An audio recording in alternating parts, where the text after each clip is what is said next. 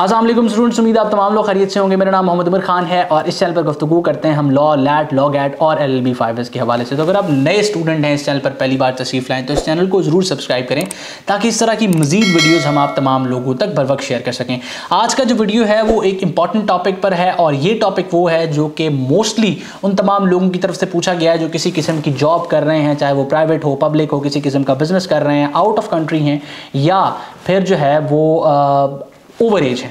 तो क्वेश्चन ये है कि क्या वो एक प्राइवेट कैंडिडेट के तौर पे लॉ कर सकते हैं। तो प्राइवेट कैंडिडेट से सबसे पहले हम मतलब समझ लेते हैं। प्राइवेट कैंडिडेट का मतलब ये है कि आप किसी दौर में कुछ डिग्रीज के लिए एडमिशन भेज दिया करते थे और एडमिशन भेजने के बाद फिर आप अपने कामकाज में मसरूफ हो जाते थे। 1 साल के बाद जाके आप पेपर दे आते थे और आप एक प्राइवेट कैंडिडेट के तौर पे अपनी डिग्री कंप्लीट कर लिया करते थे। अनफॉर्चुनेटली लॉ के साथ ऐसा कुछ भी नहीं है। जिस तरह से MBBS और इस तरह की मुख्तलिफ किस्म की डिग्रीज जहाँ पर लेबॉर्ट्री ज़रूरी होती है लोगों को स्किल्ड बनाने के लिए, इसी तरह ही लॉ भी एक प्रोफेशनल डिग्री है और लोगों को उस प्रोफेशनल स्किल के साथ इक्यूप करने के लिए आपको एक उस्ताद, एक इदारा और एक इन्वायरमेंट की ज़रूरत पड़ती है। और ये इन्वायरमेंट अगर आप इस एनवायरनमेंट का हिस्सा नहीं बनते तो फिर आप एक वकील ही नहीं बन सकते। मैं तो ये कंसीडर करता हूँ। तो अगर आप लॉ करना चाहते हैं तो फिर आपको अपने बिजनेस, अपनी जॉब और अपनी मुख्तलिफ किस्म की एक्टिविटीज़ को उस तरफ लेके जाना पड़ेगा जिस तरफ जो है वो आपके पास स्पेयर टाइम हो और फर्स्ट टाइम आपका मॉर्निंग का टाइम आपको स्पेयर करना पड़ेगा कि आप लॉ कर सकें।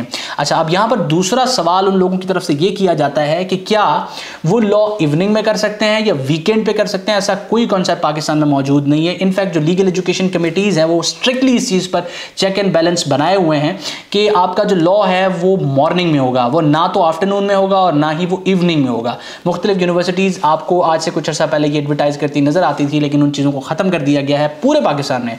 ना किसी पब्लिक यूनिवर्सिटी, ना किसी प्राइवेट यूनिवर्सिटी और ना किसी प्राइवेट लॉ कॉलेज में इवनिंग में लॉ होता है। ऐसा बिल्कुल नहीं है और ना ही वीकेंड्स का कॉन्सेप्ट है।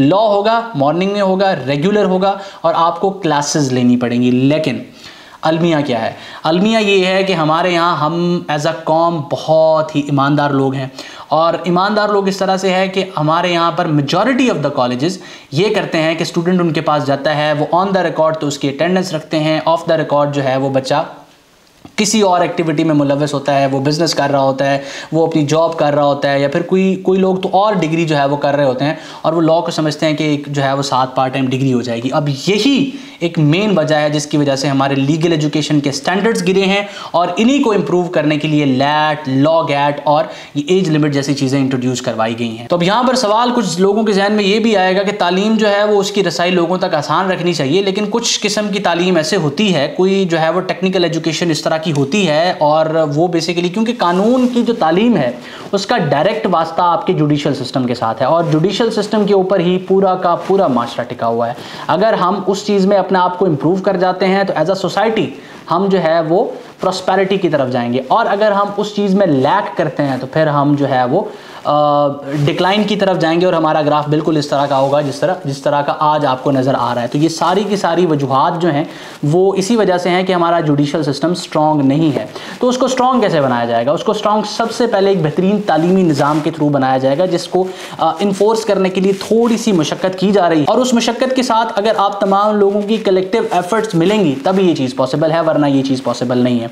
तो ये जो है ना आज का वीडियो था जिसमें मैंने कोशिश की कि सबसे पहले तो आप लोगों की ये कन्फ्यूजन दूर करूं कि आप जो है वो प्राइवेटली लॉ कर सकते हैं या नहीं, उसके बाद आप इवनिंग में लॉ कर सकते हैं या नहीं, लॉ आफ्टरनून में होता है या नहीं, और उसके बाद जो प्राइमरी चीज़ थी वो ये थी कि आप लोगों के जहन में आ रहा था और बहुत से लोग जो है वो कमेंट सेक्शन में आके कहते थे। इनफैक्ट मैं एज लिमिट पर काफ़ी वीडियोस बना चुका था, मैं लैट और लॉ गैट की इंपॉर्टेंस पे बात किया करता था, तो लोग कमेंट सेक्शन में आके मेरी ओपिनियन की रिस्पेक्ट करने की बजाय वो लोग जो है वो अपनी ओपिनियन बड़े हार्श तरीके से इन्फोर्स किया करते थे। तो मेरी ओपिनियन आपके लीगल फील्ड में आ जाने से मुझे कोई नुकसान नहीं है।